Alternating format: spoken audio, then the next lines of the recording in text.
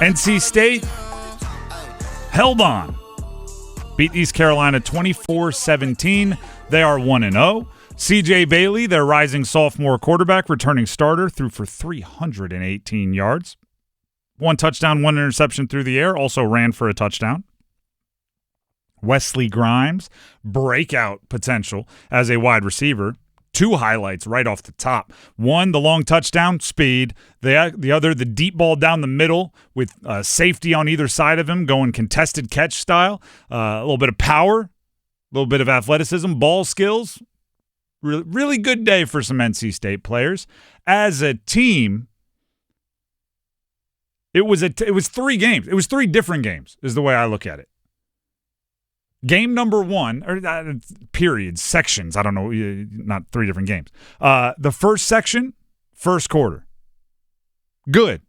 Not perfect, but the entire time, obviously, the best team on the field. The talent was obvious. You're looking at it going, it makes sense that they're up 17-0 here shortly, right? It makes sense that this team was favored by 2 touchdowns. It just looked like a team that, even though they had their early jitters, good. I'm giving you a solid grade. ECU didn't get their first down until 7 minutes and 10 seconds left in the second quarter. Defense looked really good. C.J. Bailey looked really good. Couple of dots, dimes, if you will. Then there was the middle section, which was the second and third quarter. To me, that's just missed opportunities. That period, you're treading water and not making up ground when it would have only taken you a little ground to make up in order to take the will of ECU. ECU's running game was dunzo. You were bottling them up. They had nothing. And when that's happening, remind them of it. Bully them. That's when you win games by 50, right? When you have the opportunity to put another touchdown on the board, to make it a 3-score game, that's when a game goes from 17-0 to 50-3. Like, that's when it happens, and they just never took that step. So because of that, they entered into the third section of the game. The fourth quarter, which I call holding on for dear life. That one, you're a boxer at the end of a round just screaming, "Bell, bell, where's the bell?" By that point, because you weren't stepping on their throat in the second and third quarter, ECU had found out what worked. They stumbled into it, right? They wanted to establish the run. They wanted to be a balanced offense. They got down early, and suddenly they're like, all right, we have to pick up the tempo, and we have to sling the rock. And then NC State's defense was like, oh, no, the one thing we can't stop, tempo and slinging the rock. By the fourth quarter, ECU had it, right? Caton Hauser, by the way, played a good game. Caton Hauser was slinging it. It was not just bad defense. There were certain seams, there were certain deep balls that he put it, even if there was great defense, better offense. Mental errors, like taking a bad sack when you're down in field goal range, making it a longer field goal, now it's a miss. That stuff almost costed you. ECU had their rhythm. You were holding on for dear life. It almost cost you the game. From a defensive perspective, too conservative too early, and it's been said so many times. New defensive coordinator, same thing after game 1. Too conservative, too early. I brought up that ECU couldn't run the ball. What, they have like 30 carries, 29 yards, 29 carries, 30 yards? Yeah, it wasn't much. They're basically a yard a carry. So what did they do? They took their corners, their defensive backs, started playing them real soft, and ECU started using that as their run game. I'm going to catch, I call them now screens, right? The wide receiver doesn't run a route. He just turns and looks at you, and right now the ball's coming his way. Quarterback doesn't even have to grab the laces. Just boom, ball out. And he would catch the ball. There would be 7 yards between him and the corner because the corner started 8 or 9 yards off and hesitated before flying up. Catches the ball, falls forward 4 or 5 yards. That's a dive. Now it's 2nd and 5. And you didn't have to go into the middle and run between the tackles where you're getting bullied. You just got the same impact. And you're making NC State continue to make tackles in the open field, which are always, even if you have the most sure tackling defensive backs in the world, there's a chance that someone spins away and it becomes a much bigger play. Tempo. The long touchdown. You got caught with 7 different dudes. They were in a line change. It's not hockey. Yeah, that's the thing. They got a sack, which was a great play. Put them at 3rd and long, and they're celebrating. They're, like you said, they're making a change, and ECU recognized it, jumped right on the ball, took advantage of them right there. Big play. The tempo became a thing the entire time. Tiring them out. And the defense played well, but in a game like that where you should have won by a bunch and you don't, you're not combing through for the positives, you're combing through for the negatives. And then the offense. The most frustrating part of the offense was the obvious talent. Oh, it's insane how good the talent is there. Talking specifically about the quarterback and the guy the quarterback is getting the ball to. Yeah. The guys the quarterback is getting the ball to. At different times, Hollywood Smothers, Justin Jolie, Duke Scott. First of all, let's talk Teddy Hoffman, the freshman. Yeah. Heck of a debut. Not sure where your career goes from here. You're one up in yourself. It's going to be a tough one. Terrell Anderson. We brought up Wesley Grimes. They all have something to them. They've all got some kind of playmaking ability. Rogers made a couple good catches. Noah unfortunately Rogers got hurt, but yeah. Should have added him in there. They all had a little something to them.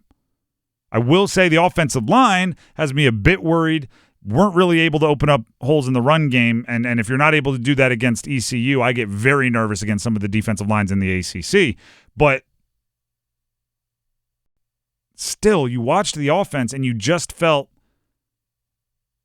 a big play is going to happen, and it very rarely did. You'd get Smothers, he'd make a guy miss, it'd be one-on-one in the ankle tackle. Mm-hmm. You'd have a unbelievable throw from C.J. Bailey, or you'd have a 46, 45-yard completion, and somehow you'd leave the drive with no points. No points. Long field goals, right? You have the long one. It was down the right sideline. You get the completions at the 30-yard line. You end up attempting a 46-yard field goal. Yeah, that's the thing. They got conservative because it was that long pass to Hoffman. I think it was about 50 Yeah, yards. Hoffman down the right sideline. Great body control, keeps his feet in bounds. It's at the 30, and you're thinking, all right, we're 10 yards away from an easy field goal. That's what you're thinking, yeah. right? Those are the mini goals of a drive. Let's get into safe field goal range. Then we start thinking count by sevens, get in the end zone. They don't move the ball at all. They kick a field goal essentially with the ball in the 30. A 46-yard field goal would be from the 29-yard line. So you get 3 plays. 2 of them are C.J. Bailey draws, not the most creative play calling in the world. Especially when it was like 3rd and 11. I was like, really? You're just playing for a closer field goal. It's when you have the talent, use the talent. Right? That's the frustrating part. That offense, especially with the way C.J. Bailey was slinging it, especially with the way some of the position guys were popping, like making plays that made you go, something there. 24 points is unacceptable. For how many big plays they got. Look at the numbers, right? Coaches will tell you this. Defensive coordinators will tell you this. If you have a play over 30 yards in a drive, your percentage of getting points, your percentages of scoring touchdowns go through the roof. It's almost difficult to have multiple drives where we have a 45-yard or more play and you don't score any points. And I know missed field goals are a part of it, but if you have a field goal kicker that you're not super confident in, nearing a 50-yard field goal is not easy. And then the other part that's frustrating about all of it is I acknowledge, we talked about it before the show yesterday. We have the receipts. You can go look it up. We talked about ECU, and I said we don't know much, right? Because they were switching out so much of the transfer portal and new wide receivers in, old wide receivers out, and all of these things. But we talked about them last year. Didn't have much of a run game to speak of, but when Caden Hauser decided to sling it, that's when their team figured it out. And he had great stats over the second half of the season once he took over, and that's all we knew, right? That's all we knew. It played out exactly like the one thing we knew about ECU. They didn't have much of a run game to speak of, but when Hauser started slinging it is when they got their most dangerous, and once they were dangerous, they felt that danger. Yeah, like you said, once they got the up-tempo offense going and Hauser was getting in that rhythm, now it took them until the middle of the second quarter to finally get their first down, but once they started clicking, it's like, oh, this offense is grooving right now. And there was no counterpunch from NC State. From that point on, they were effective moving the ball. I know they didn't score a bunch of points, but they were effective moving the ball through the air from that point on. That is sometimes, I would say, and I probably said this last year if you go back and look, after an ugly game one like that, but you get the win, sometimes I say that's a good thing because I always say it's easier to coach after a loss because everybody's laser focused. Coach, tell me what we did wrong. I never want to feel that way again, right? Coaches always say if I could bottle the taste in your mouth after a bad loss, they'd be the best coach in the world, right? Because before every workout, before every conditioning run, you just give them a swig of the feeling in the locker room after you lost a game you shouldn't, and you're going to work as hard as you possibly can. Sometimes a game like this or a game like Western Carolina last year, you kind of get that effect, and you don't actually have to lose the game, right? You get the W in the win column, you get the tally in the win column, but you get the focus and the rejuvenated energy of a loss.